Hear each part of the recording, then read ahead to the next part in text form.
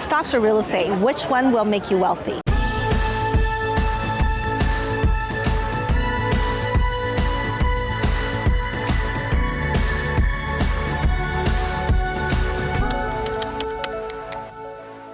All right, as a CPA, this is the question I get all the time. Stocks or real estate, which one will make me rich?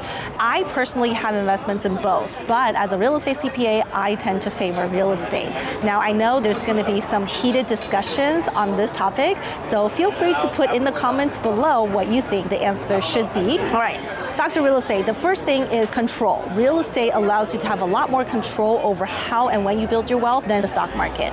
Now, if you are a savvy investor in the stock market, there are things that you can do from a timing and acquisitions perspective to make sure that you buy low and sell high. But we have little control over the performance of a lot of our stocks. Like we have little control over what Tesla does or what Apple does. Now, alternatively, in the real estate side, we typically have 100% control over the performance of a specific property. For example, we can buy a property that's undervalued. We can use our sweat equity to create forced appreciation, right? So that is a forced increase in my equity. I can also do things to improve on the property itself through rehabs. Maybe I want to add a bedroom or remodel the kitchen, all of which will create forced appreciation and equity that are things that I can actually control. Even with respect to cash flow, right? If I invest in Apple stock or Tesla stock, I can't really impact the cash flow or the dividends because I am just one of many investors. But in my own rental property, I can do countless things to increase the cash flow of my property.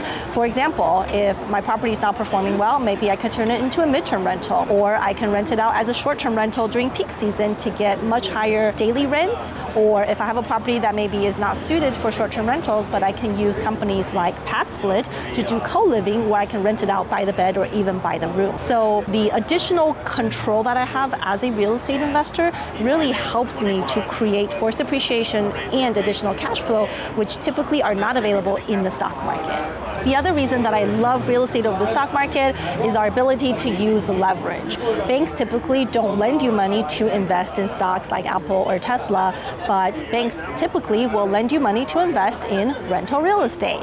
And so regardless of whether it's a single family home, a multifamily home, or a self-storage unit, it is not uncommon for you to get funding for your real estate from banks, private money, and other institutions as well. And so that makes it an easier asset class to get into. If you're someone who doesn't have a lot of cash, it's probably difficult for you to own a portfolio of stocks by getting loans. On the other hand, even if you're someone who has no cash or very little cash, it is not impossible for banks to lend to you to get your first rental property.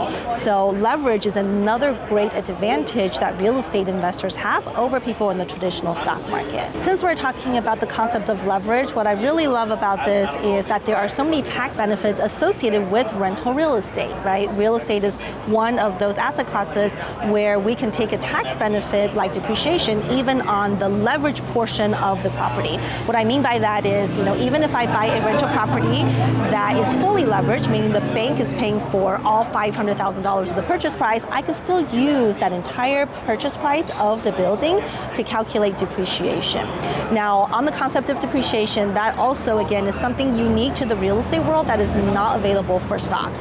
When I invest in Apple stock or Tesla stock or any other stock, I am not taking depreciation tax benefits, right? It's just a stock I own. Eventually, when I sell the stock, I get to write off my initial purchase price. Real estate works differently, right? When I buy a rental property, I get to take depreciation on the purchase price of the building, and I can either do it slowly over time, or I can do what's called cost segregation to accelerate that depreciation and result in much larger tax write-offs earlier in my investing days. And so this is one of those reasons why most wealthy individuals will own real estate, because they get to use the concepts of leverage as well as tax benefits to create wealth while paying less tax. All right, and the other benefit of owning real estate over stock is the ability to 1031 exchange. That's right, when we sell stocks, we cannot avoid taxes and reinvest that into other stocks, right? Typically, if I sell these shares, I'm going to pay taxes, and then with the remainder of the money, then I will invest in other stocks. But with respect to real estate, we can do what's called a 1031 exchange.